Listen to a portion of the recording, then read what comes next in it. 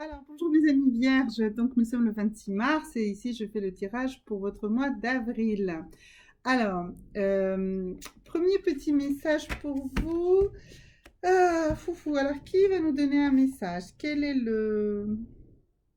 Ah, allez, l'abondance, je pense que c'est elle qui voulait les anges de l'abondance, qui veut vous parler d'abord. Donc on va tout de suite donc démarrer ici sur qu'est-ce qui est la voie de l'abondance pour vous en ce mois d'avril. Alors, on nous dit, payez-vous vous-même en premier. Euh, Faites de vous même la personne la plus importante. Tout ce qui tourne autour de vos obligations financières doit euh, concerner d'abord vous, pour que vous soyez rémunéré vous. Euh, c'est une façon de vous aimer. Alors, il faut que vous investissiez en vous-même. Alors, ça ne veut pas dire qu'il va falloir... il ne faut pas que vous dépensiez des sommes dans des choses futiles, c'est pas ça. Mais ça veut dire que si vous avez besoin de prendre soin de vous d'un point de vue esthétique, c'est le moment de le faire. Si vous avez besoin de refaire votre garde-robe, mais si vraiment votre garde-robe, vous vous en êtes pas occupé depuis très longtemps, c'est le moment. Si vous avez besoin d'aller consulter des thérapeutes divers et variés, si vous avez besoin d'investir des sommes sur votre santé, eh ben c'est le moment. C'est absolument le moment de faire ça pour vous en ce mois d'avril, mes amis vierges. Voilà. Donc, première chose, première information. Alors, avec quoi pourrait-on compléter ça? On va compléter ça avec quelque chose que vous devez faire pour vous-même. Alors, ça va être pour enfin changer sa vie et attirer le meilleur. Donc, il faut euh, avoir compris votre scénario négatif, accepter de reconnaître les grandes lois de la vie. C'est ce que vous avez certainement appris. C'est bien, mais comment véritablement changer la vôtre? Il s'agit d'abord d'apprendre à choisir ses émotions pour ensuite apprendre à attirer le meilleur. Alors, comment ça marche? Alors, il y a un truc qui s'appelle le modèle. En fait, pour, euh, pour, euh, pour comprendre en fait comment on déclenche une émotion et comment on fait pour la choisir, il faut comprendre que euh, les comment dirais-je, que, que vos émotions ne viennent pas des situations. Vos émotions viennent en réalité de ce que vous avez pensé d'une situation. C'est vraiment vous qui pensez des choses et vous pensez des choses de vous-même. Euh, et, et c'est très dur de le changer. On ne peut pas tout de suite se dire, voilà, souvent on dit, il faut s'aimer. C'est dur de s'aimer tout de suite et de dire je suis une personne formidable, comme ça, de but en blanc, alors que depuis très longtemps, vous vous dévalorisez. D'accord? Donc pour ça, en fait, il faut prendre euh, des nouvelles décisions, ok? Mais en y mettant le petit même si. Je vais vous expliquer. Pour vous habituer à penser autrement, commencez par accorder moins de place à la négativité quand elle vous vient à l'esprit. Voici une formulation pour entrer dans ce nouvel état d'esprit. Commencez par votre aspiration la plus profonde. De cette manière, vous envoyez un nouveau message jusque dans votre inconscient. C'est-à-dire que revenez à l'essence. On avait dit, payez-vous d'abord vous-même. Donc, occupez-vous de votre aspiration la plus profonde, d'accord? Et de ce que vous souhaitez réellement. Et du coup, votre intelligence émotionnelle va tout faire pour s'organiser et prendre cette nouvelle direction. Vous allez écrire dans un cahier vos nouvelles décisions en incluant le négatif sur le modèle suivant. Donc vous allez dire, je choisis de vivre en confiance, même si j'ai des doutes, par exemple. En fait, le modèle, c'est je choisis, et ce qui est votre aspiration. Donc, je choisis de me sentir bien, même si je n'ai pas tout ce qu'il faut. Je choisis de me sentir puissante, même si j'ai encore du travail pour développer ça. Je choisis de vivre en parfaite sécurité, même si je ressens la peur de manquer, par exemple. Voilà. Donc, quand vous avez rédigé cette déclaration, répétez les phrases à voix haute à 3 reprises en étant attentif aux nouvelles sensations qui sont générées dans votre corps. C'est-à-dire que si vous dites je choisis de vivre en confiance, même si j'ai des doutes, et il faut le répéter 3 fois à voix haute parce qu'il faut que vous entendiez dire ça. Il ne faut pas que vous le pensiez seulement, il faut que vous l'entendiez dire, d'accord? Il faut que vous entendiez, il faut que vous vous entendiez dire ce que vous... Donc, si, si, si je sais pas, par exemple, vous dites... euh, euh, je veux avoir de la compassion envers moi-même et les autres, même si je ressens de la culpabilité. Je veux être à la distance juste des choses, même si euh, parfois ça tourne à l'obsession certains problèmes. Vous voyez, ça peut être, je veux ressentir de la satisfaction, même si je subis encore des frustrations. Vous voyez, c'est ça. Je veux ressentir de l'amour, même si j'ai reçu ou j'ai l'impression d'avoir reçu beaucoup de haine. Eh bien, moi, je veux dépasser ça et je veux ressentir de l'amour. Vous voyez, donc c'est... Et en fait, ce qu'il faut, c'est que vous écriviez ça, ce même si, euh, et que vous le récitiez parce que euh, en l'entendant fort, eh bien, vous allez ressentir des choses dans votre corps. Et votre corps, en fait, va engrammer cette nouvelle information et cette nouvelle possibilité de se dépasser. Si vous êtes dans des choses, des croyances qui sont vraiment très très fortes, très ancrées, très compliquées, et si vous sentez que une sorte de marasme vous envahit, et on peut démarrer par le négatif, c'est-à-dire qu'on peut, même si je doute de moi, je choisis maintenant de vivre pleinement. Même si je ne crois pas en moi, je m'accepte et je me respecte infiniment. Vous voyez, ça, ce sont des choses que vous devez vous dire et le formuler. Donc, moi, je préfère la version plus positive, mais parfois, on est obligé de passer par la version qui démarre par le négatif pour aller vers le positif. Mais voilà, c'est vraiment le je choisis, même si. D'accord? Donc, passez en revue tous les sentiments qui vous dérangent et inversez-en la polarité. Vous amoindrissez ainsi votre boule de souffrance. J'ai fait un post là-dessus il y a quelques temps et voilà, il faut que vous arriviez à faire ça. Ensuite, il faut que vous transformiez votre colère en force d'action. Donc, quand vous êtes en colère, vous pouvez être dans une colère inhibée ou dans une colère exprimée en excès. Alors, par exemple, si vous êtes dans une colère inhibée et que vous ressentez de la mélancolie, eh bien, vous devez pouvoir transformer l'énergie de cette colère en courage. Par contre, si vous allez dans l'autre excès, vous allez être dans l'autoritarisme, vous êtes trop autoritaire. Donc, dans les deux cas, c'est quelque chose qui va emprisonner, qui va enlever la possibilité de faire une action. D'accord? Si vous êtes dans une sensation de paresse, là, vous êtes aussi dans une colère inhibée. En fait, vous ne faites rien, vous êtes en colère, mais vous ne voulez pas vous mettre en action.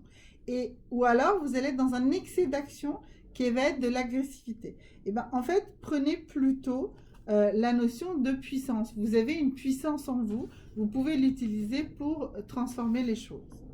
Voilà, donc ça c'est vraiment pour travailler sur ces transformations que vous devez faire. Vous avez déjà démarré des choses pour travailler sur vous-même. Eh bien, ce mois-ci sera une sorte de culmination, sera un premier pic. Vous aurez atteint une première étoile, comme une première étoile, ou je sais pas, un chamois d'or, ou un truc comme ça. Voilà, vous allez avoir un premier pic. Bon, il se peut qu'après, il y a un petit peu un aplatissement, ou même une petite rechute. Mais pour vous, ce mois d'avril, si vous avez entrepris des choses déjà pour vous reconstruire, pour retravailler sur vous-même, eh bien, ce mois d'avril va être formidable pour vous. Si vous êtes au début d'un parcours, bah, ça veut dire que vous allez trouver un bon chemin, vous êtes sur la bonne route et vous allez pouvoir y aller. Si vous n'avez pas encore entamé tout ça, mais que vous le souhaitez, bah pareil, ce mois d'avril sera vraiment hyper efficace pour que vous commenciez à avancer. Alors, donc, mes amis vierges, donc on a vu pour vous toute cette façon de faire avec cette méthode du même si et ce début de travail que je vous propose également de faire sur votre colère. Ça sera très important. Ça, c'est ça, en fait, ce fait de vous payer vous d'abord, c'est-à-dire occupez-vous de vous d'abord, d'accord? Occupez-vous de remonter votre propre foi en vous-même, de vous reconstruire. Vous le méritez, il n'y a pas de souci, d'accord? Alors, donc, je vais voir pour vous ici les maîtres ascensionnés. On va choisir un maître ascensionné pour vous, un maître qui va vous envoyer un message très puissant. Axez-vous là-dessus pour ce mois d'avril, d'accord? Mes amis vierges, vraiment, axez-vous là-dessus. Alors, ça y est, la carte a sauté et on nous dit, voilà, nurture yourself, ce qui veut dire prenez soin de vous-même. On continue sur cet axe pour vous, mes amis vierges. C'est vous qui êtes la personne la plus importante. Vous devez prendre soin de vous-même en ce mois d'avril. Ok? Alors, je sais que prendre soin de vous-même, vous allez dire, et oui, et l'amour dans tout ça.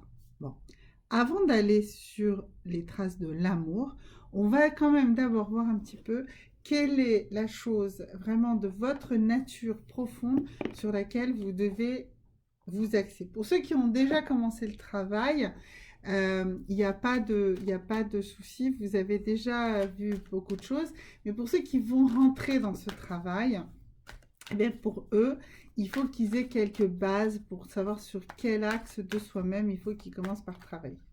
Alors, donc c'est pour vous mes amis vierges, et donc, eh bien, vous cultivez votre foi. Alors, cultiver ma foi, c'est cultiver la confiance que vous avez en vous-même et la confiance en fait que l'univers est là pour vous aider. Donc, continuez à ou entamer ou commencer à cultiver la foi, la gratitude et les demandes positives à l'univers. Soyez dans du positif, d'accord? Soyez sûr que l'univers fait les choses pour vous. Ça se traduit par une petite phrase que j'ai déjà mis dans un de mes posts, c'est les choses n'arrivent pas à vous, elles vous arrivent pour vous. Elles arrivent pour vous. Toute chose qui vous arrive, vous pouvez la transformer en une opportunité. Donc, continuez à avoir foi.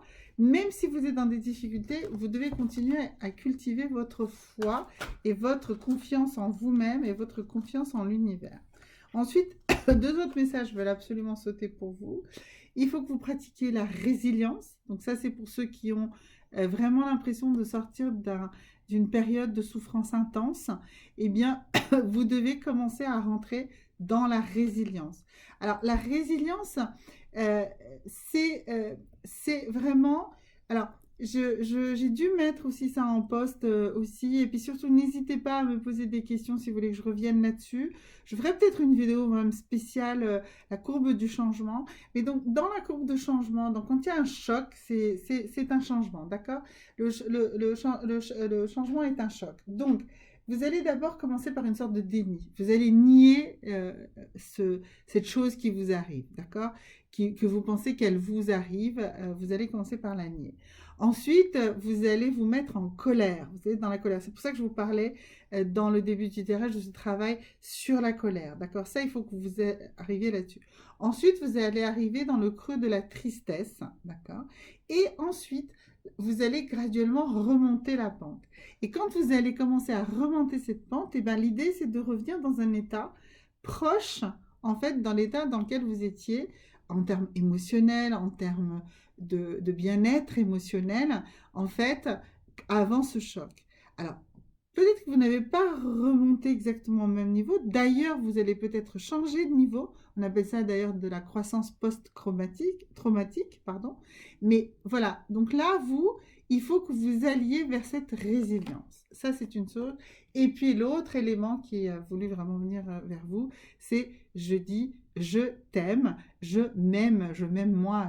Vous vous dites à vous-même, je t'aime, d'accord? Ça, c'est important. Et ça, on l'a vu aussi par la carte tout à l'heure dans le tirage d'abondance qui disait de vous payer vous d'abord. Hein, vous vous souvenez de cette carte-ci, là, qui disait Pay yourself first. Voilà. Et puis, dans les maîtres ascensionnés, on avait ici cette carte qui disait mais prenez soin de vous, hein, comme la mère, la Sainte Vierge ici, la Mère Marie, c'est vraiment prenez soin de vous-même, d'accord? Occupez-vous de vous-même comme si vous étiez votre propre mère. C'est très, très important. Donc ça, c'était l'élément 1. Ensuite, dans vos relations avec les autres, parce que là, ce que je déroule, c'est pour aller vers vos relations sentimentales, d'accord? Donc, pour aller vers la relation sentimentale, eh bien, on va ici donc travailler avec cette première carte qui nous dit « Demandez pardon sans honte ».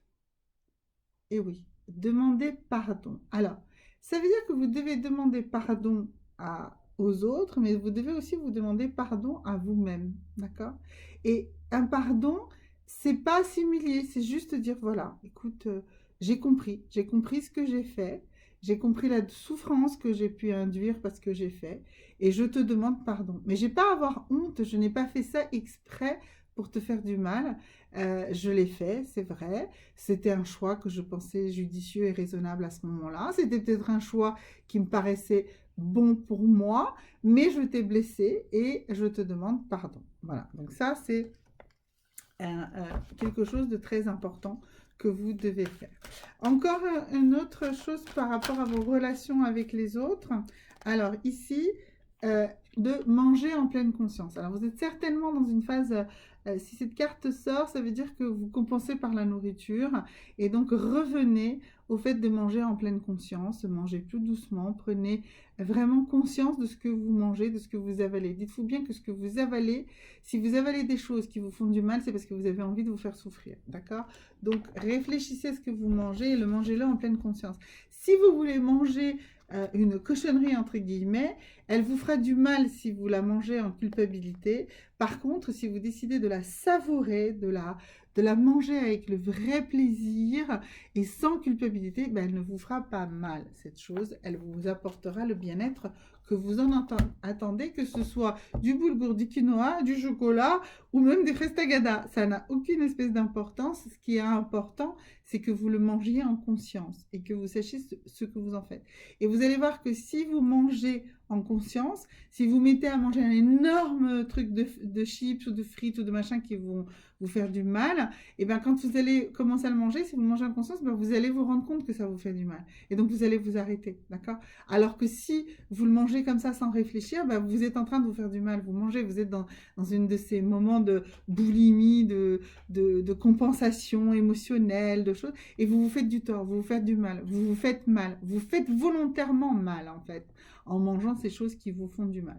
Par contre, si vous avez décidé que aujourd'hui, c'était un jour où vous avez envie de manger des bonnes frites, faites maison peut-être, ou achetez à un endroit où vous savez qu'ils les font vraiment bien, et que vous les mangez avec le vrai plaisir que ça vous apporte, il n'y a aucun souci. Vous allez avoir quelque chose de délicieux que vous mangez en pleine conscience et qui vous ne fera pas mal.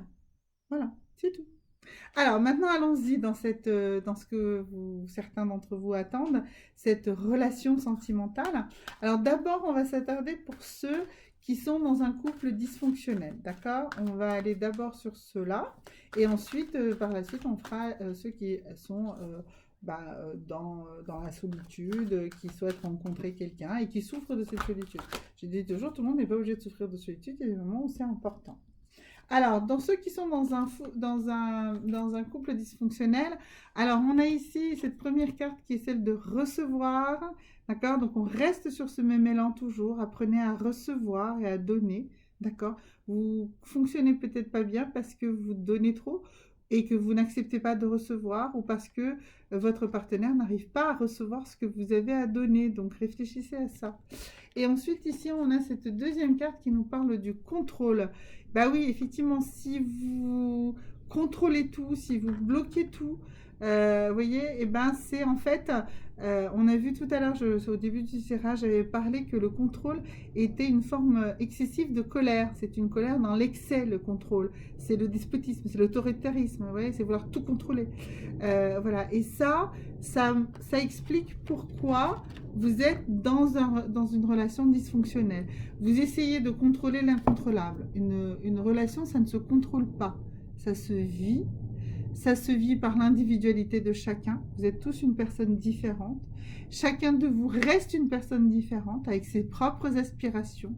Même si vous avez eu l'impression au moment du début de la formation de ce couple que vous regardiez exactement dans la même direction, bah, c'était peut-être une illusion d'optique. Donc essayez de rétablir, d'écouter l'autre. Pour briser cette chaîne de contrôle, écoutez l'autre et soyez dans le discours, d'accord? Soyez dans l'échange.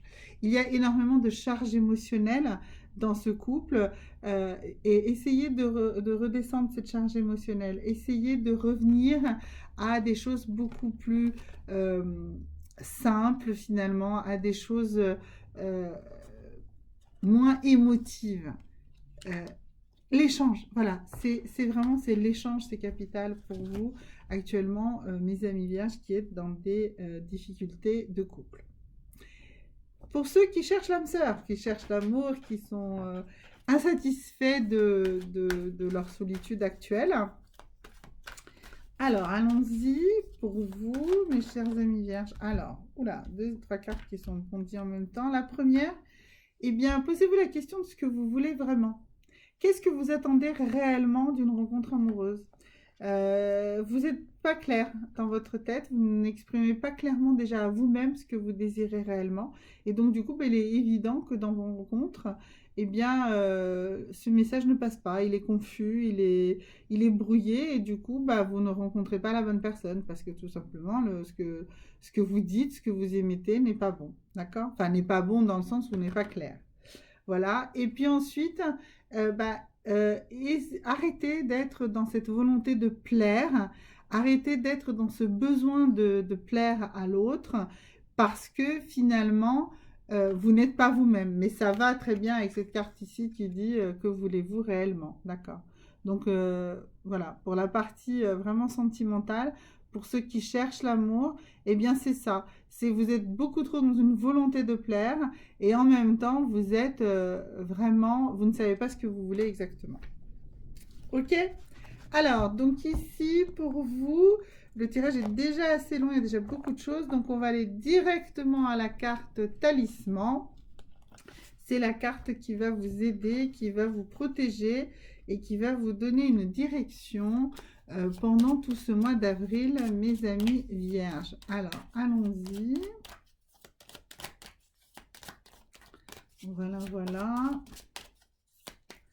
Ok, alors, pour vous, mes amis vierges, pour vous, c'est le changement. Voilà, alors je vous parlais tout à l'heure qu'il fallait travailler sur la résilience. Eh bien, effectivement, il y a beaucoup de changements autour de vous.